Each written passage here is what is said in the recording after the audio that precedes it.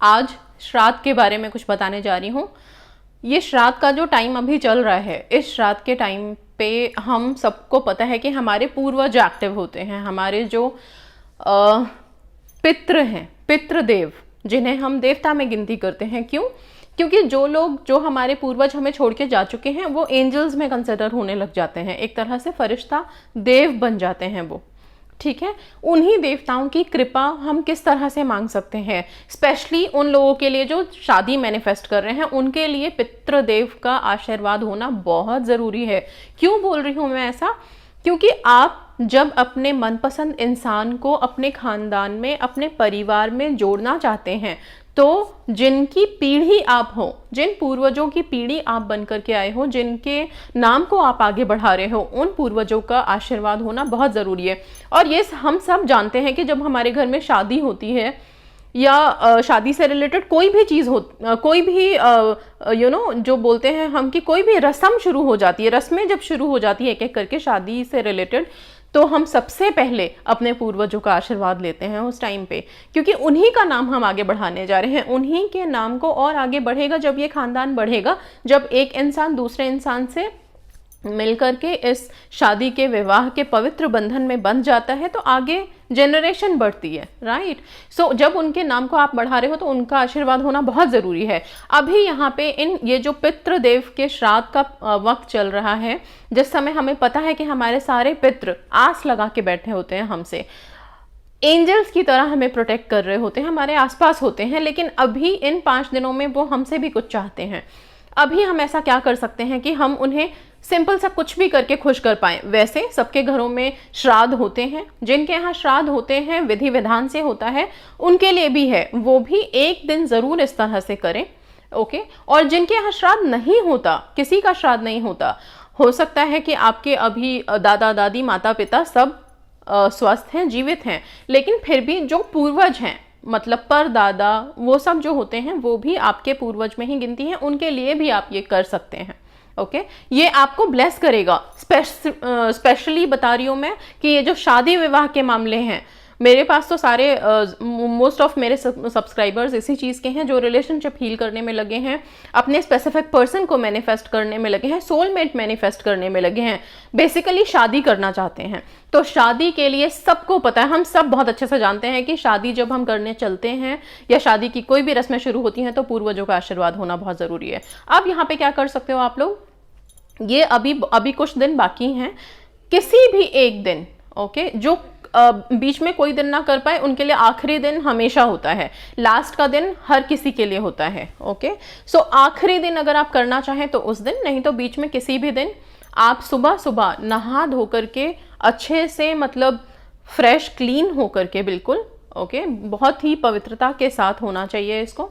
आप एक लोटे में पानी भरेंगे, एक लोटा हो या ग्लास हो, बेसिकली लोटा ही कंसिडर कीजिएगा, एक लोटा ले लीजिए, उस लोटे में पानी भरिए, ओके। पानी, हम सबको पता है कि हम लॉ ऑफ अट्रैक्शन से अगर इसको जोड़ें तो पानी बहुत बहुत बहुत पावरफुल है चीज़ों को अट्रैक्ट करने में, वाइब्रेशंस को एब्जॉर्ब करने में, ओके, जो भी हम उसमें बोलते हैं उन सब चीज़ों को एब्जॉर्ब करने में। तो अभी हम यहाँ पे एक लोटे पानी के साथ करने वाले हैं, जो भी मैं बता रही हूँ। एक लोटा पानी आप लेंगे नहा धो करके। अगर आप पूजा करते हैं अपने घर में तो जैसे जो दिनचर्या है पूजा की, वैसे पूजा करने के बाद वो लोटा भर लीजिए। भर के आप अपने घर से बाहर, मतलब छत पे जाके या फिर अपने बालकनी में या घर से बाहर निकल करके साउथ डायरेक्शन की तरफ मुंह करेंगे। साउथ की तरफ जब भी अपने पूर्वजों को जल चढ़ाते हैं या पितरों को जल चढ़ाते हैं तो हमेशा साउथ की तरफ मुंह करके चढ़ाते हैं। दक्षिण दिशा की तरफ आपको खड़े होना है, दक्षिण दिशा की तरफ मुंह करके, और लोटे के जल को ऊपर से इस तरह से आप चढ़ाएंगे, ओके।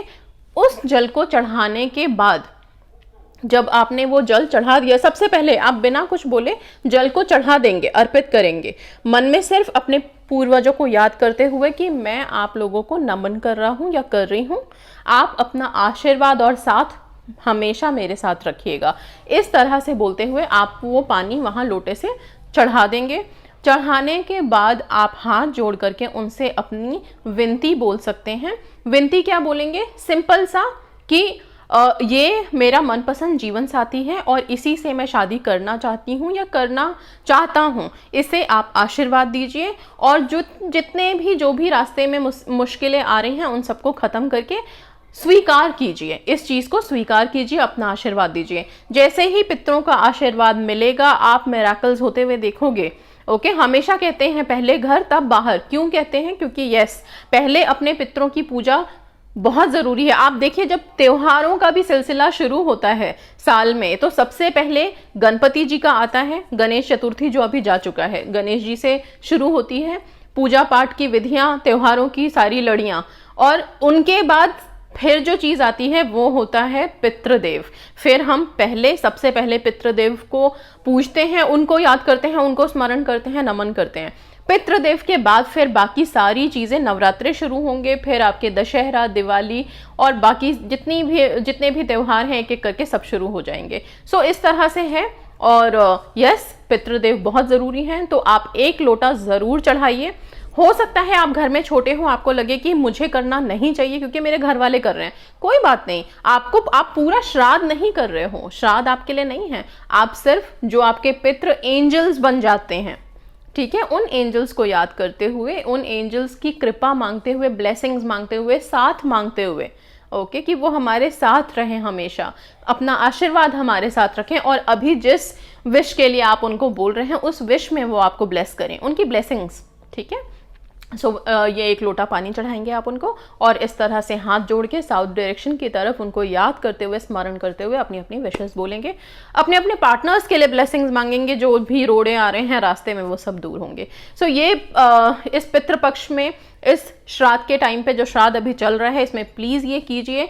स्पेशली उन्हीं लोगों के लिए है जो शादी मैनिफेस्ट करने में लगे हुए हैं, स्पेसिफिक पर्सन मैनिफेस्ट करने में लगे हुए हैं, जो चाहते हैं कि हमारी शादी इस पर्सन से हो जाए और होनी ही है, उनके लिए बहुत ज़रूरी है, बहुत बहुत ज़रूरी है। सो कीजिए और यस, अपनी अपनी लाइफ को ब्लेस्ड बनाइए। और श्राद्ध में जो भी लोग मतलब कुछ दान पुण्य करते हैं, उनको हमेशा मतलब धन धान्य से परिपूर्ण रहते हैं, ये चीज़ का ध्यान रखिएगा। दान, आप अन्नदान किसी गरीब को भी कर सकते हैं, बहुत अच्छा होता है इस टाइम का किया हुआ कोई सा भी छोटा सा भी दान ज़रूरी नहीं है कि हमेशा सोच विचार के ही किया जाए कि मेरे पास हज़ारों रुपए होंगे तभी मैं दान करने निकलूंगा। अगर आप सच्चे मन से सिर्फ कुछ टॉफ़ीज़ खरीद के भी ना, कुछ चॉकलेट्स टॉफ़ीज़ खरीद के, छोटे छोटे बच्चे जो होते हैं, ओके, बाहर जो होते हैं, जो नीडी होते हैं, जिनको ज़रूरत होती है, उन बच्चों को अगर आप एक टॉफ़ी भी दे दोगे, वो भी सिर्फ श्रद्धा भावना और मन के विचार, हमारे थॉट्स कंसिडर होते हैं, हमारे थॉट्स देखे जाते हैं। सो ये कीजिए, ये बहुत बहुत हेल्पफुल है और बहुत अच्छा रहेगा आप लोगों को लाइफ में ना आगे बढ़ने में बहुत हेल्प मिलेगी इन सब चीज़ों से। So that's all guys, thank you so much, God bless you all.